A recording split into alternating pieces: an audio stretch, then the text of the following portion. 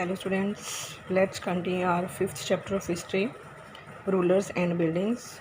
In our previous videos we have done that different rulers or sultans have constructed so many temples, mosques, wells, srovers, etc. So let's continue. Next topic is why were temples destroyed.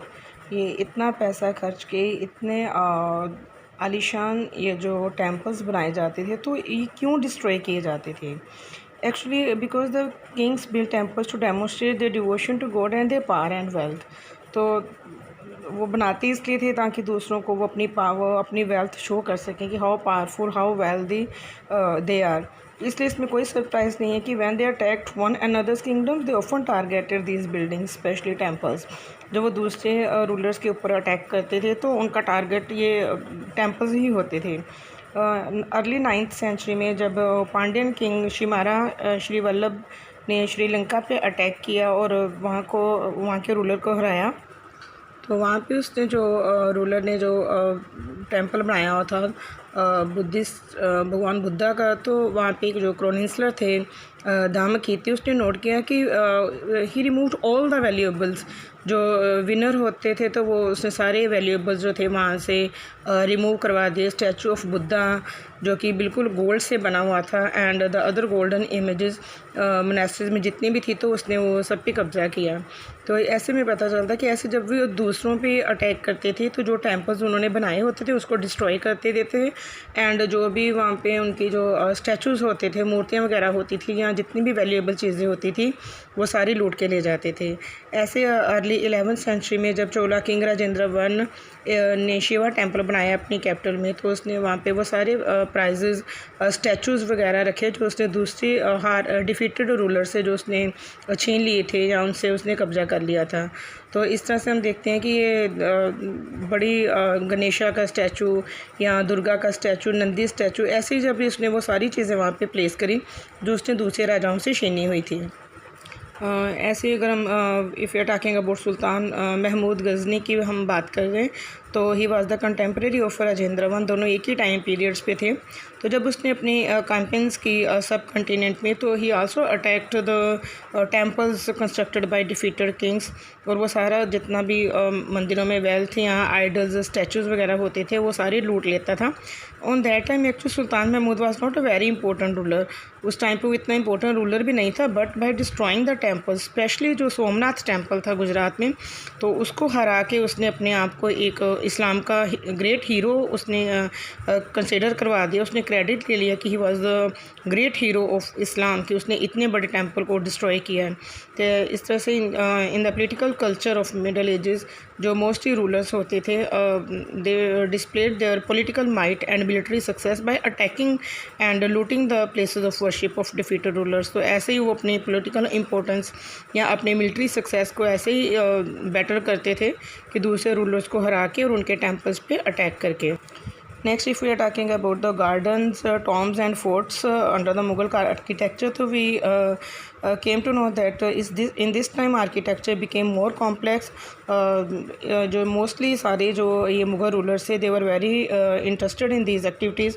Babar, Humayun, Akbar, Jahangir और specially जो शाहजहाँ था, he was taking personally interested in the literature, art and architecture. उसने अपनी autobiography Babar में भी बताया गया है कि he was taking very much interest in planning and laying out the gardens. जो उसने अपने गार्डन 4 बाग उसने अपने कंसिडर करवाया, कंस्ट्रक्ट करवाया. तो ये जो गार्डन्स होते थे दीज वर कॉल्ड 4 बाग. 4 मतलब it is a number, 4 number like. तो ये 4 गार्डन्स होते थे because of their symmetrical division into 4 quarters. इसको 4 बाग क्यों कहा जाता था? क्योंकि ये बड़ी सिमेट्री में 4 क्वार्टर्स में इसकी डिवीज़न की गई थी. तो beginning with Akbar some of the most beautiful 4 बाग्स were constructed by Jahangir and Shahjahan in Kashmir, Agra and Delhi. तो इन्होंने 4 बाग कंस्ट्रक्ट करवाए. There were several important architectural innovations ड्यूरिंग अकबरीन। अकबर के राज में भी बहुत सारी आर्किटेक्चरल इनोवेशंस हुई।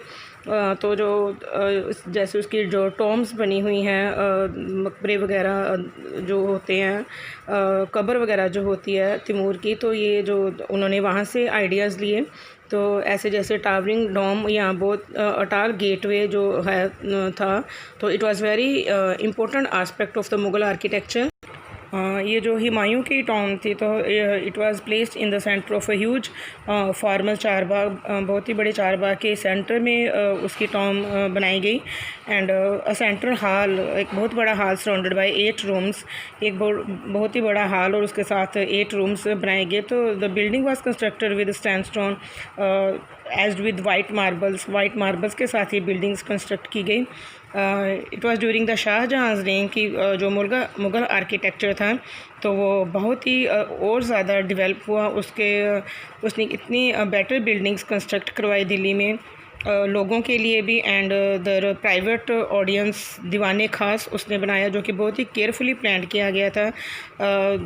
It was placed within a large courtyard, बहुत ही बड़े कोर्टयार्ड में, मतलब आंगन में। And these courts were described as शिहिल सुतून फॉर 40 पिलर्ड वाल्स। इसमें 40 पिलर्ड वाल्स थे। ये जो उसने दीवाने ख़ास बनाया हुआ था, it was very beautifully designed. And the connection between royal justice and the imperial court was emphasised by Shahjahan in his newly constructed court. उसने जो रेड फोर्ट बनाया दिल्ली में, तो बहुत ही बेटर आर्किटेक्चर उसका था। वहाँ पे एम्परर के थ्रोन के पीछे there was a series of pietra dura inlays, जो कि बहुत ही ब्यूटीफुल एक आर्ट पैटर्न वो डिज़ाइन करवा देते थे। पीतरादुरा होता है कि कलर्ड जो सैंडस्टोन्स होते थे, तो that was placed in depressions carved into marble. Marble के बीच में अगर मार्बल का कोई वर्क किया गया है, तो उसमें अगर कोई स्पेस खाली बच जाती थी, तो that space was filled with coloured stones, तो जिसको हम पीतरादुरा बोलते हैं। तो अर्ली ईयर्स में शाहजहाँ की कैपिटल जो आगरा थी, तो वहाँ पे city where the nobility had constructed. Shahjahan ने अपनी कैपिटल बनाई आगरा में। तो जहाँ पे उसने यमुना रिवर का जो फ्रंट था, वहाँ पे उसने अपने जो बहुत ही उसके नोबल पर्सन्स थे, फेथफुल या उसके फेवरेट पर्सन थे, तो वो उसने रिवर फ्रंट उनको दिया। तो यहाँ पे बहुत ही गार्डन्स कंस्ट्रक्ट करवाए गए चारबाग गार्डन की फॉर्मेट में। तो चारबाग गार्डन आल्सो, उसमें बहुत सारी वेरिएशंस भी थी। जैसे कि अगर हम बात करें कि शाहजहाँ का जो रिवर फ्रंट होता था गार्डन, वो Taj Mahal, that was layout of the Taj Mahal, दो ग्रांडेस्ट आर्किटेक्चरल अकम्पलिशमेंट, जो ग्रांडेस्ट आर्किटेक्चरल अकम्पलिशमेंट उसके टाइम की शाहजहाँ की, दैट वाज ताजमहल, जहाँ पे बहुत ही वाइट मार्बल प्लेस से वो बनाया गया है, तो रिवर के सामने। देन जो न्यू सिटी उसकी बनाई उसने शाहजहानाबाद, तो उसमें उसने जो रिवर फ्रंट था, रिवर के फ्रंट पे उसने एक इम्पीरियल पैलेस कंस्ट्रक्ट करवाया। इम्पीरियल मतलब बहुत ही शाही palace, you can say the best palace, उसने वहाँ पे कंस्ट्रक्ट करवाया। और जो उसका रिवर फ्रंट होता था, that was for only special favoured nobles, जो उसके बहुत ही ख़ास, उसके बहुत ही फेवरेट होते थे। जैसे उसका जो बड़ा बेटा दारा शिकोह, वो उसके लिए ही was given access to the river, तो रिवर के सामने वाला फ्रंट पार्ट उसका। And all others had to construct their homes in the city away from the river Yamuna. बाकी जो नॉर्मल लोग होते थे, they have to construct their homes away from Yamuna.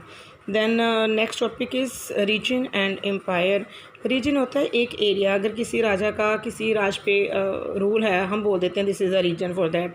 और एम्पायर मतलब बहुत ही बड़ा एरिया, मतलब जब उसका किंगडम, उसका राज बहुत ही ज़्यादा बड़ा हो जाता है, ज़्यादा जगह पे उसका राज हो जाता है, तो it was called as empire.